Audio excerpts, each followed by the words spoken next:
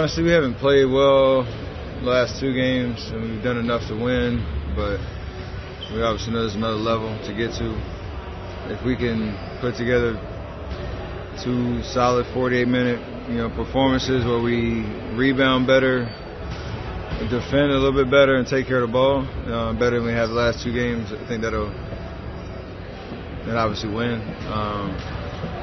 You want to end with good vibes and on a good note, and I think we can lock in back-to-back before everybody goes their separate ways for a week. So it's tough seeing the light at the end of the tunnel, but we gotta stay locked in. It's two important games for us. You personally have had a few games lately where you started real slowly and then found your stroke somewhere during the game. Anything you can put your finger on to explain that? A little bit is just we're continuing to kind of fine-tune that starting unit. I think as a group we haven't played well and gotten off to great starts. Obviously, I'd like to make shots and get going a little faster, but nothing I'm concerned about, nothing that I plan on letting be a consistent pattern. So just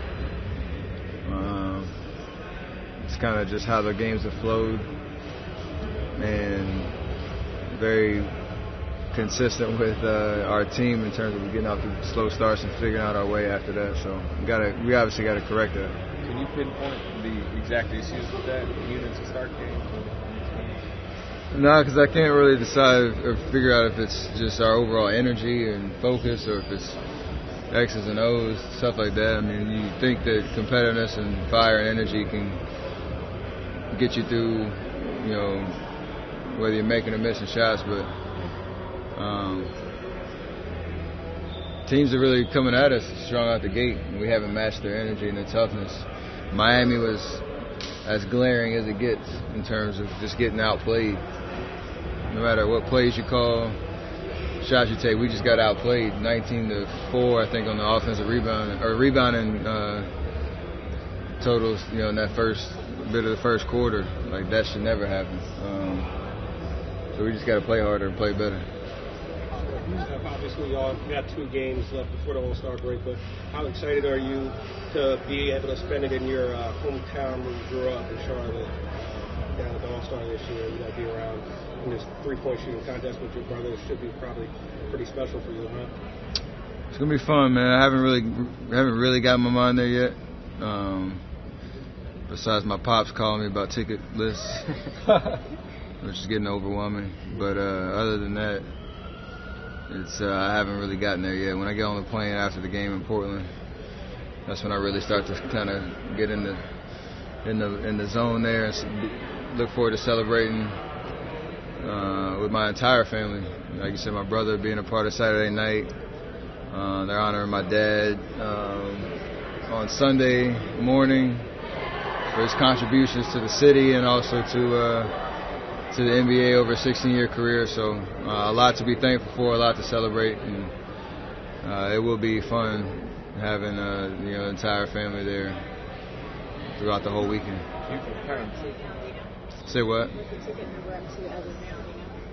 I'm actually embarrassed to say. Is it 3 digits? No, it's closing in. All of Section 121. Do you view yourself or your family as kind of like the unofficial host of this weekend? No. I mean, the Hornet organization in general, with MJ and Kemba, obviously they represent the city on a daily basis, and we'll be everywhere. We'll be all over the city throughout the weekend, so I'm sure you'll see a lot of it. But I hope to just be in the moment and be able to celebrate how 10 years in, kind of coming full circle back where it all started, back at home. So just going to enjoy myself. Beyond just the fact that you're from there, what is it about the community of Charlotte that makes you identify with it so strongly? Honestly, I don't know, man. That's Southern hospitality, and just anybody that's from there and they come up and they got that accent, and they say, hey, I grew up South Charlotte, West Charlotte, whatever, and solid basketball history, and that being so close to Tobacco Road and ACC country and all that type of stuff, and just a lot of pride being from there. It's grown a lot. The city's grown a lot. It's changed a lot since I left 10 years ago, but even when my dad was playing. So a lot of good stuff happening for it to be able to host. Can't remember the last time. I know it was the early 90s, but mid 90s. Last time they hosted the All-Star game. So just in terms of what it meant to me growing up, learning the game of basketball there, the community that supported my pops and my mom when they were coming through and turned me and my siblings, just a lot of great memories that no matter where I go, I haven't been out here in the Bay for 10 years, it's still pretty close to my heart for sure. So what do you think were the significant pivot points in high school and Davidson that kind of shaped you into who you are now? It's a lot. That's a broad question. The Warriors have almost exactly 1 month since you added DeMarcus Cousins. Can you talk a little bit about his contribution to the team, the way the team is right now thanks to him? He's been playing amazing. I know he's just trying to get his rhythm and his flow night in, night out. Haven't missed almost a year, so doing exactly what we expect him to do, and I know there's another level that he's waiting to get to and just being patient. So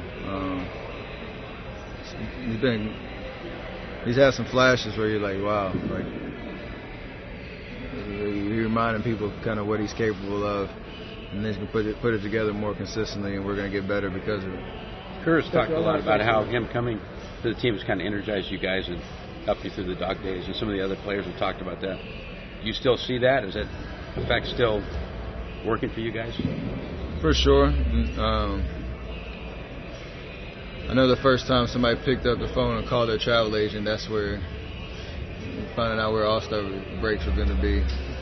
Your mind starts to wander a little bit, and you got to fight that as your human nature. But when DeMarcus came back in LA and the run we've been on, winning with 14 out of 15 and just trying to figure it all out, it's been great for us. And I think again, if we can finish off on a great note these last 2 games and go into All-Star break, get rejuvenated, refreshed, come back and really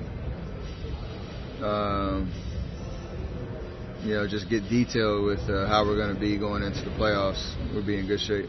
Have you figured out how you can manage, even though the Hornets are the host team, you're kind of identified with that city. How do you manage being you and your popularity despite the fact that it's the Hornets who are the official hosts? Just do whatever I was going to, just enjoy myself the way I planned to, and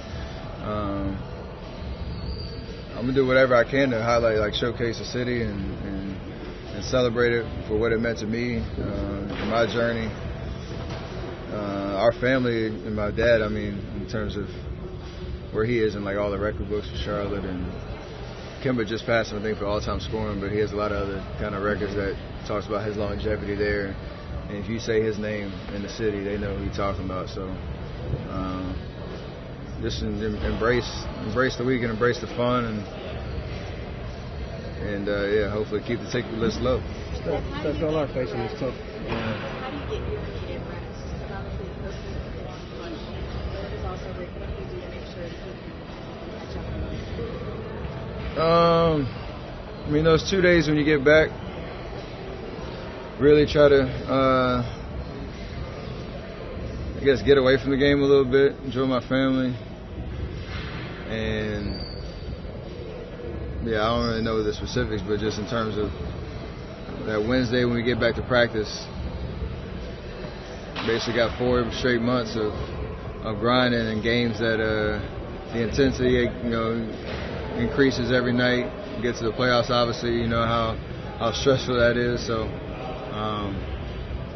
just trying to get away for those 2 days and refresh.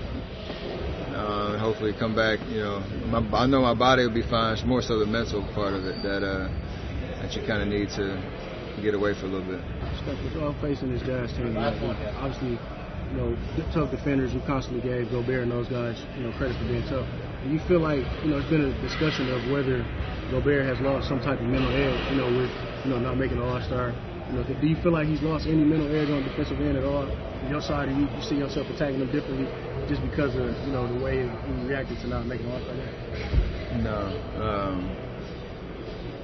You understand what teams' tendencies are, what they're good at, and how you attack it, no matter what happens off the court. So we just we want to get a win and do it however we can. I think we'll attack him the exact same way we have in the past, and obviously we've had some pretty tough games back and forth, but that doesn't change anything.